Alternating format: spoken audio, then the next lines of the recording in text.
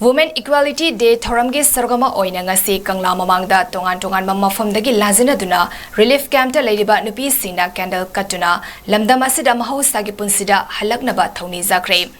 Maitai Alliance for Harmony in Manipur na Sinduna Pangtokiba Maira Katpagi Thoram Aduga Mari Lenina More Ward number 6 dagi Relief Camp ta Ladiba Ningthauzam Kherodana Hai May Ahum dagi Masagi Pongnafam Lamdam Thadokjuna Camp ta Ladibasi Mayumda Hanzinaba Manipur Lengakna Honabiu Haiki Saukhatpa Amadi Ing Tapna Panba Lamdam Ama Ohenba Pami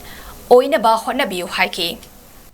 Hantaki megi tang ahum da thokiba thaudokta lanjenaraga refugee camp da lairiba akoi punamakpu akoi gi aningba apamba phongdopoi tanja pibibani habadi akoi na refugee camp da laibase moredi akoi lanjenare refugee camp da laire hoi akoi yumda haninge boji adugi tanja pibiba haitare habadi refugee camp da laibase akoi nungai amasu nungai te habagi wanti yumda laibaga refugee camp da laibaga pipum kudima loi khangnara bana tani kana nabu ena refugee camp da laiba nungai duno adubu akoi na pambadi sarkar da kari miyeng changhaninge haiba matamda athuba matamda akoi yumda Koina pongna pham lamdam oriba akoi mori haiba lamdam du akoi hanjanningi sarkar da hainingi je yam thuna sangan binaba akoi sida sariba akoi gi temporary akoi gi yum oidni na haiba koppa je akoi sida leijaning de sieng na harabada akoi gi pongna pham lamdam du akoi hanjanan biu aduda akoi resettlement tawraga akoi lehanna ba gi haijani